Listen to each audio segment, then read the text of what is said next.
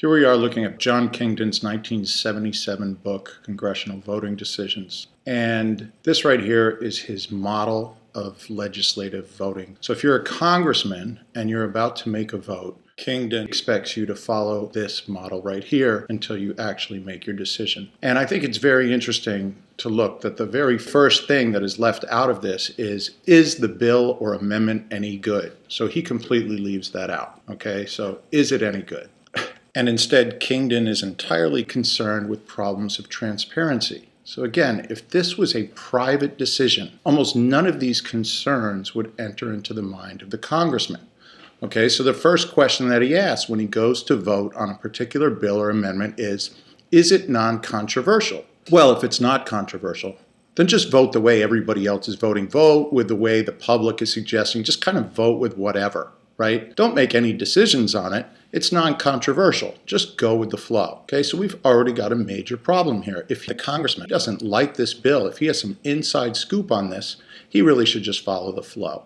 Okay, so once we get through that, is it non-controversial? No. So this is controversial. Well, if it's controversial, is there conflict among actors in my field of forces? Well, if they aren't, then just vote with my field. Once again, this is complete polarization that is created by transparency. Okay, vote with my field. And we'll talk about this later with Barney Frank and others, but we see this massive increase in polarization when we make congressional voting more transparent. We even see this with Ash's conformity experiments. Okay, so we've entirely left out, is the bill any good at all? Okay, and I would suspect that if you have a private decision, it really comes down to just a couple things. Is the bill any good would be one aspect. Does the bill help me, right? So congressmen will be selfish. Does bill help me? And does bill help my constituencies? So these three things are the decision process if you are voting in private. This is public. So when he originally came up with this voting decision, it was in 1969 before the Legislative Reorganization Act. So this would really be floor votes. But he published this in 1973. So we've already made most of the procedural votes public. So this is the public voting decision. And this is really just a list of intimidating forces. And I would say he leaves a bunch of them off. Intimidating. Our fellow congressmen of major importance working on this bill, well, then vote with cues from my House colleagues. Once again, this is polarizing, right? He's afraid to step out and actually do what he thinks on this bill because, again, we haven't even asked if this bill is any good.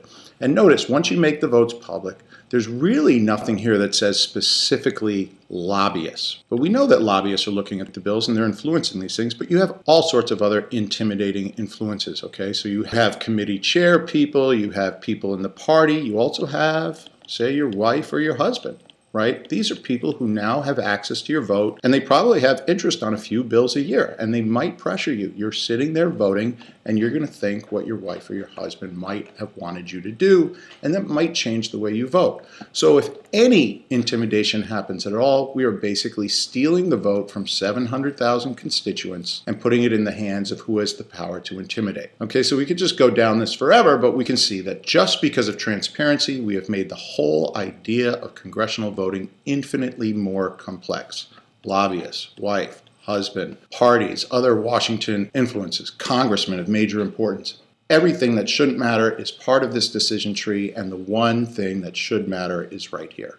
Is it any good? Is it good for the people? Is it good for my constituency? Is it good for the country? These are decisions that are really only allowed if the vote is private.